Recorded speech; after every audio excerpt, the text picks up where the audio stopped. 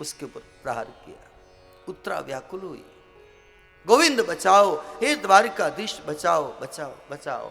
भगवान द्वारिकाधीश सूक्ष्म रूप धारण करके और उत्तरा के गर्भ में जा करके और उस बालक की रक्षा करते हैं। पहली बार मां के पेट में किसी ने दर्शन किया है द्वारिकाधीश का, तो वो एक ही व्यक्ति है, वो है परीक्षित। ऐसा संतों ने कहा।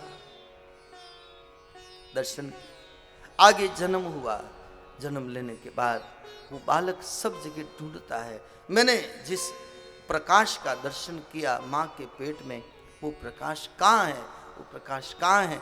जगह जगह उसने परीक्षा करी, इसलिए उसका नाम परीक्षित पड़ा।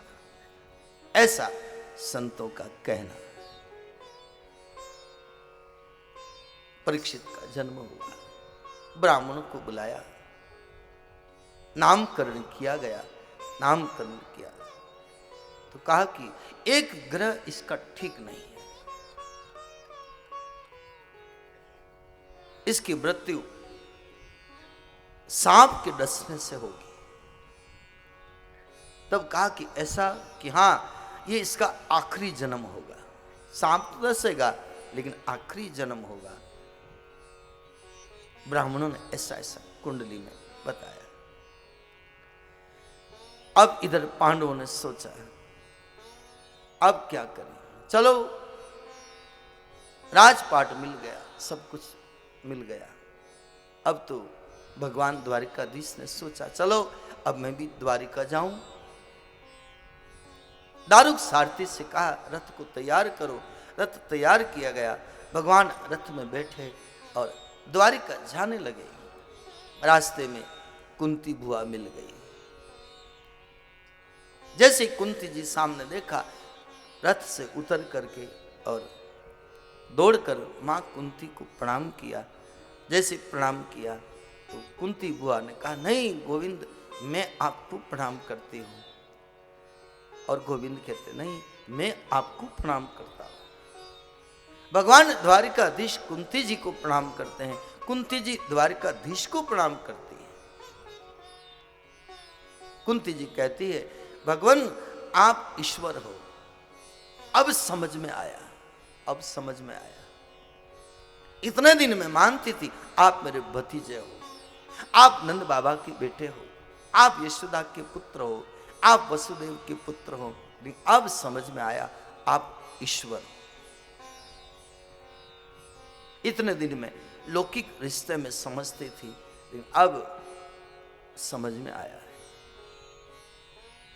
भगवान कहते हैं मैं आपका भतीजा हूं, मैं ईश्वर नहीं हूं। नहीं, आप ईश्वर हो।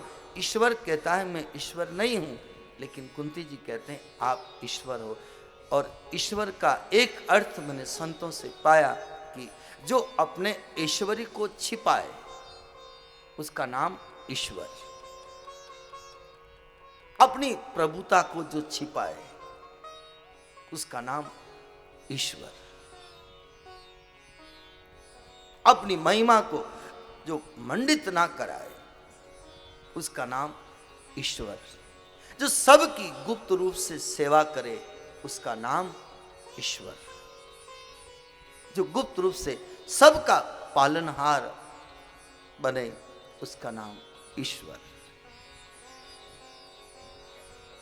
तो हर जगह हर जीव की पालन करने वाला, जन्म देने वाला, संहार करने वाला वो ईश्वर है, वो सत्ता। तो भगवान कहते मैं ईश्वर नहीं हूं। कि नहीं आप ईश्वर हो। तो बोलो अगर मैं ईश्वर हूं, चलो माना, अब कौन आपसे जिद करे।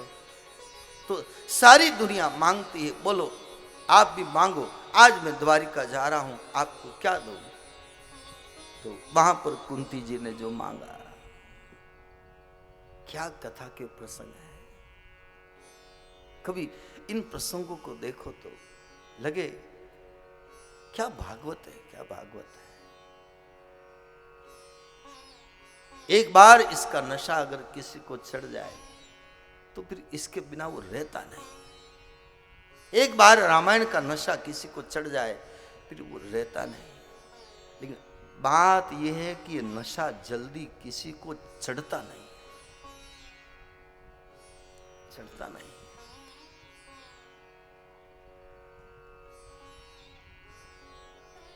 ये तो भागवत जैसा ग्रंथ मुझे तो जब से मिला है, मैं तो आपसे क्या कहूं, मैं तो खूब माला माल हूं, खूब माला माल, माला। ये बाहर की दौलत तो ठीक है, बाकी की आती है चली जाती है, कौन इसकी परवाह करे।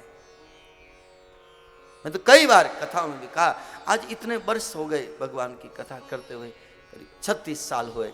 आज आप टीवी चैनल के ऊपर आप नंबर कहीं नोट करके देखना, आप कंफर्म कर लेना कि कथा करवानी है कितने रुपए लगेंगे, क्या लगेंगे, वो आपको पूरा बजट बता देंगे। इतना लगेगा, इतना लगेगा, इतना लगेगा, लाखों लाखों का खर्चा। हाँ, व्यवस्था के अनुसार उनका हो तो मुझे पता नहीं, लेकिन मैंने तो ट्राई किया। इसलिए मुझे लगा कि इतनी बड़ी दौलत भगवान ने गुरु कृपा से मिली है, इसका हम क्या बताएं, क्या मोल करें। इसलिए इतने सालों से मैंने कभी कथाओं का मोल नहीं किया। मैं अपने आप में भगवान से मैं कह सकता हूं, मैंने कभी मांगा नहीं। हाँ, बाकी जो खर्चा है छोटा मोटा ये तो जो होता है वो तो थोड़ा बता देते कि भाई पूछे कि भाई क्या खर्चा कितना, तो ये बाकी कथा का क्या मोल, कथा का क्या मोल।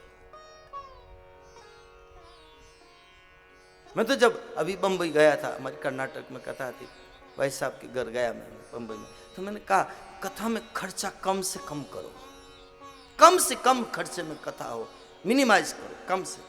मुझे ज़्यादा फिजूल खर्चा मुझे कथा में पसंद नहीं है। मैंने स्पष्ट कहा था, माता जी बैठे थे, सबको मैंने कहा भी था, आवश्यकता अनुसार करो, फिजूल खर्चा नहीं। कथा महंगी नहीं होनी चाहिए, कथा हर कोई करवा सके, कोई भी बुला सके, कोई इसको आयोजन को कर सके, ऐसा होना चाहिए। महंगा खर्चा होगा, कौन करवाएगा, कौन करवाएगा।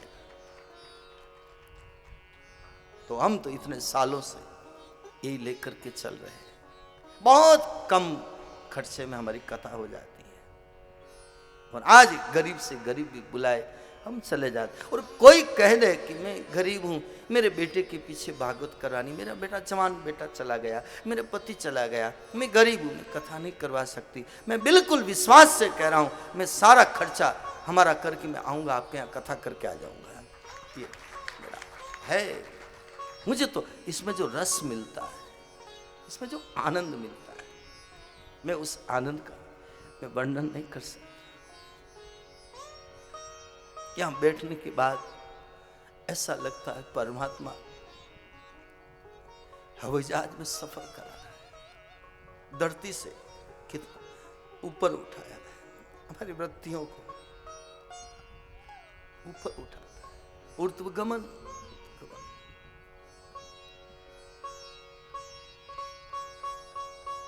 तो इसका हम क्या करें। मैं तो कई बार कहता हूं, पहले मैं नौकरी करता था, कितनी बातें सुननी पड़ती थी मालिक की, लेकिन एक व्यक्ति ने मुझे कहा, हमारे बाबूजी थे अकाउंटेंट, अभी नहीं रहे, मुझे कहते थे पुष्कर छोड़ इस नौकरी को, 6 महीने तू दुख देखेगा। मैं कहता था बाबूजी घर का मकान नहीं है, इन बच्चों को लेके मैं कहाँ जाऊंगा, परिवार को लेके कहाँ जाऊंगा। तो मुझे कहते थे चिंता मत कर, 6 महीने दुख देखेगा, 6 महीने तू ब्याज से पैसे लाके खा लेना, मुझे विश्वास है तेरे ऊपर, तेरी श्रद्धा के ऊपर भगवान तेरी मदद करेगा। 6 महीने दुख देखेगा, 6 महीने के बाद तेरी गाड़ी लाइन पे आ जाएगी। आज वो बाबूजी नहीं रहे, लेकिन उनका शब्द मुझे याद है, और तब से रिजाइन दे दिया, मुझे अपने करनी नौकरी। मेरे मालिक तेरी नौकरी सबसे बढ़िया और सबसे खरी। मेरे मालिक तेरी नौकरी सबसे बढ़िया और सबसे सबसे बढ़िया नौकरी, सबसे खरी नौकरी। आप पांव लंबे कर सकते हैं, आप चाहो जैसे बैठ सकते हैं। देखिए यहां बैठने के बाद न पांव हिला सकते हैं, कुछ नहीं। आप चाहो तो चाय भी पी सकते हो, चाहो तो पानी पी सकते हो, चाहो तो राउंड लगा के आ सकते हो। लेकिन यहाँ बैठने के बाद न तो कोई भूख लगती है न कोई प्यास लगती है। मुझे भागवत से प्रमाण में देकर के कह रहा हूं। जब 4 दिन तक कथा हुई और चौथे दिन दया आई सुखदेव जी, परीक्षित की तरफ देखा, आंख में आंसू भरकर बैठे परीक्षित। सुखदेव जी ने कहा, राजन 4 दिन हो गए, तुमने कुछ खाया नहीं, कुछ पिया नहीं, कुछ खा लो, कुछ पी लो। तब परीक्षित के क्या शब्द है? परीक्षित कहते हैं, भगवान आपकी कथा सुनते सुनते न तो भूख लगती है न प्यास लगती है, आप चालू रखो, चालू रखो, चालू रखो। ये है कथा का रस, कथा का स्वाद।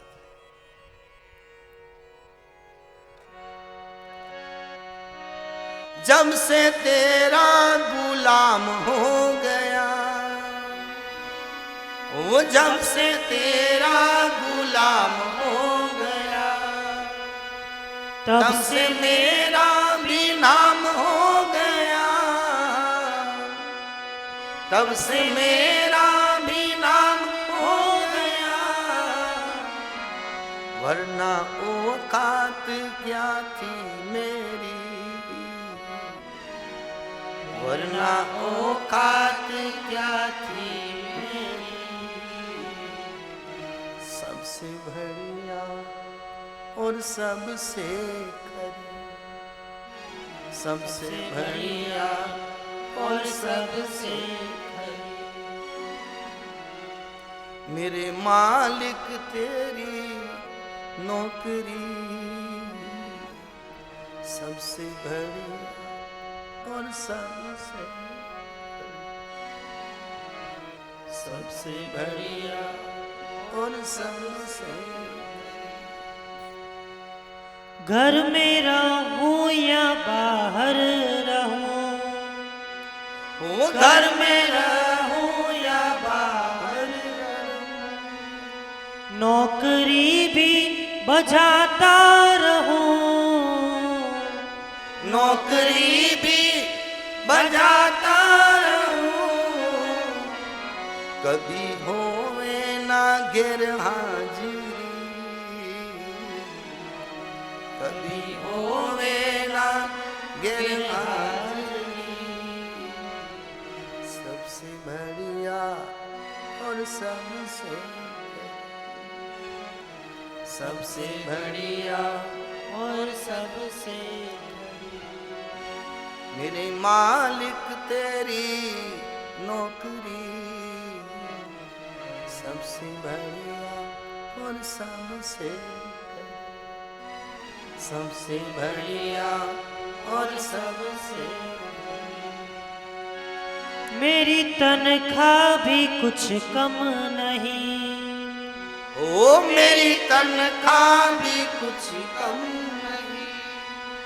1 करोड़पति रोड पर जाए, उसको आज को महाराज जी हम चर्चा कर रहे थे ना, लोग जिसका खाते हैं, जिसके घर नौकरी करते हैं, लोग उनके ही उनकी मालिक की बुराई करते हैं। ऐसे लोग भी जिसके घर खाते हैं, जिसकी नौकरी करते हैं, उन्हीं की बुराई करते हैं। आप इतने आदर से भाव से सुनते हैं, इतना प्रेम देते हैं। मैं जहां भी जाता हूं एक परिवार की तरह मुझे स्नेह प्रेम मिलता है। ये तनख्वाह कम है क्या? लेकिन मैं कई लोगों को देखता हूं, जान न पहचान, कोई परिचय नहीं, कुछ नहीं, फिर भी टेढ़ी टेढ़ी निगाह करके देखते हैं। मैं समझता हूं इसके मेरे कोई पूर्व जन्म का मामला लगता है। बोले तो ठीक, नहीं बोले तो तेरी राधा को तुम याद करो। हो मेरी तनख्वाह भी कुछ कम नहीं, मिले ना मिले गम नहीं, वो मिले